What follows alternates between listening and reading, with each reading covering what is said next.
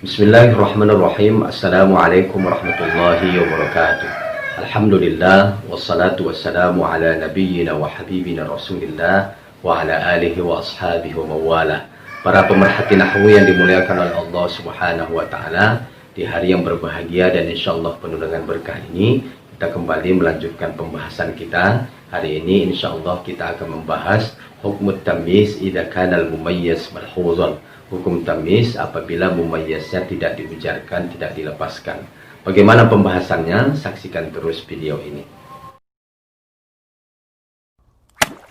Bismillahirrahmanirrahim. Hukum tamyiz idza kana al-mumayyiz malhuzan.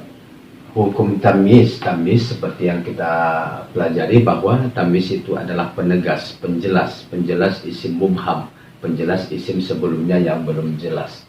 Idza kana al-mumayyiz, mumayyiz itu adalah isim yang terletak sebelum tamyiz. Malhuzan artinya adalah lawan dari malfuz. Malfuz artinya tidak diujarkan, sedangkan malfuz artinya diujarkan atau diucapkan. Pada pertemuan yang lalu kita telah belajar hukum tamyiz, yaitu kalau tamyiznya tamyiz wazan, kail dan misahah. Kalau ketiga ini maka tamyiznya boleh dinasobkan dan boleh juga dijarkan. Kemudian kita juga sudah belajar tamyiz adat. Kalau tamyiz adat, apabila tamyiznya berjumlah 3 sampai 10 maka tamyiznya itu jamak dan dijarkan. Kemudian apabila tamyiznya berjumlah 11 sampai 99 maka dia berbentuk mufrad dan nasab. Dan apabila dia berjumlah 100, kemudian 1000, kemudian kelipatannya baik 200, 400, 500, 2000, 3000 dan selanjutnya, maka dia berbentuk mufrad dan majrur. Hari ini kita belajar bagaimana hukum tamyiz apabila mumayyiznya tidak diujarkan dan tidak ada. Yunsabu at-tamyizu idza kana al-mumayyiz malhuzan. Dinasabkan tamyiz, penegasnya itu dinasabkan. Idza kana al-mumayyiz, apabila mumayyiz, isim yang disebutkan sebelum tamyiz itu malhuzan, tidak diujarkan, tak ada, tidak dilafazkan. Kita lihat contohnya, hasunal ghulamu kalaman. Seorang budak itu bagus perkataannya, ya. Kita lihat di sini kalaman tamyiz. Kenapa dia mansub? Karena mumayyiznya malhuz, karena mumayyiznya tidak disebutkan, tidak dikatakan di sini baik budak itu 5 on perkataannya, baik budak itu 1 gelas perkataannya, tidak ada disebutkan. Maka setiap tamyiz yang tidak mempunyai malhuz maka tamyiznya itu dinasabkan.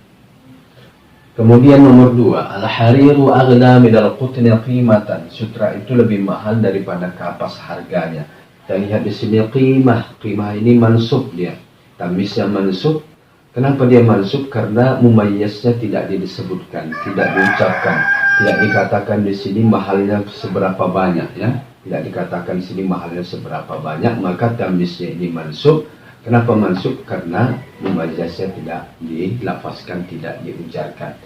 Jadi kesimpulan kita hari ini bahwa hukum tamyiz apabila mumayyiznya itu tidak diujarkan, tidak disebutkan dan tidak ada, dia wajib mansub.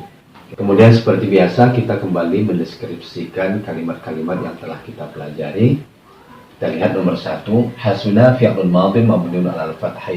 Hasuna ini adalah fi'il madhi mabni atas fathah. Kenapa mabni atas fathah? Karena dia tidak bersambung dengan yang lain. Kalau bersambung dengan ta mutaharikah mabni atas sukun, bersambung dengan nunun niswah mabni atas sukun, bersambung dengan nun yang menunjukkan fa'il mabni atas sukun, bersambung dengan wawu jamaah maka dia mabni atas dhammah. Al-ghulamu fa'il marfu' wa alamatu raf'ihi dhammah dhahira 'ala al-akhir. Ini adalah fa'il. Kenapa dia fa'il? Karena dia terletak sesudah fi'il. Setiap isim yang terletak sesudah fi'il dan dia melakukan perbuatan tersebut maka dia dinamakan dengan fa'il atau pelaku atau subjek. Dia marfu', tanda rafa'nya dhammah. Kenapa tanda rafa'nya dhammah? Karena dia isim mufrad. Kemudian kalaman tamyiz, ya. Tamyiz mansubun wa alamatu nasbi fathah dhahira 'ala al-akhir. atau tamyiz bil mumayyiz al malhuz, tamyiz untuk mumayyiz yang tidak diujarkan. Mansubun wa alamatu nasbihi fathah dhahirah al akhir. Kemudian nomor 2, al-hariru mubtada marfu' wa alamatu raf'ihi dhammah dhahirah al akhir. Dia mubtada marfu', tanda rafa'nya adalah dhammah. Kenapa dia ini mubtada? Karena dia isim yang terletak di awal kalimat. Setiap isim yang terletak di awal kalimat maka dia dinamakan dengan mubtada. Kemudian tanda rafa'nya dhammah. Kenapa? Karena dia adalah isim mufrad. Aghla khabarul mubtada marfu' wa alamatu raf'ihi dhammah muqaddarah alal alif lit ta'azzur. Dia ini khabar mubtada, kabar dari mubtada, marfu', tanda rafa'nya adalah dhammah muqaddarah, dhammah yang ditakdirkan dengan alif karena dia berhalangan, karena dia beruzur, ya. Dia tidak dibilang sini aghlun, aghlayun, enggak dibilang seperti itu, tapi aghla. Kenapa? Karena dia ini adalah isim maksur, ya, dia tidak berbaris alifnya, maka dia dikatakan dengan dhammah muqaddarah alal alif lit ta'azzur. Min harfu jar mabni ala sukun. Min ini adalah huruf jar mabni atas sukun, asalnya adalah min, ya.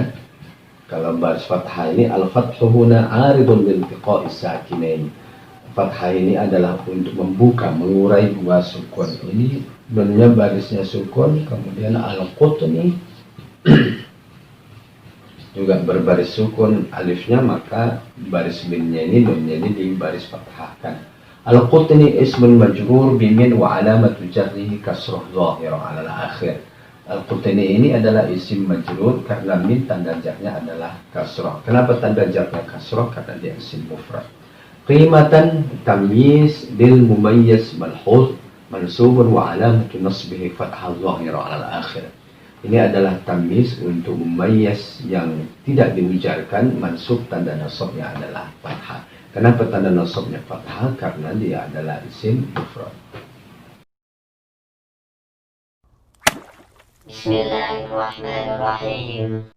Para pemerhati nahwu yang dimuliakan oleh Allah Subhanahu wa taala, demikianlah materi kita pada hari ini. Mudah-mudahan apa yang kita pelajari dapat kita pahami dengan baik. Bagi rekan-rekan yang belum paham, mungkin bisa kita berdiskusi dengan mengisi kolom komentar. Mudah-mudahan apa yang kita pelajari dan kita pahami dapat diberkahi oleh Allah Subhanahu wa taala. Sampai ketemu di video selanjutnya. Assalamualaikum warahmatullahi wabarakatuh.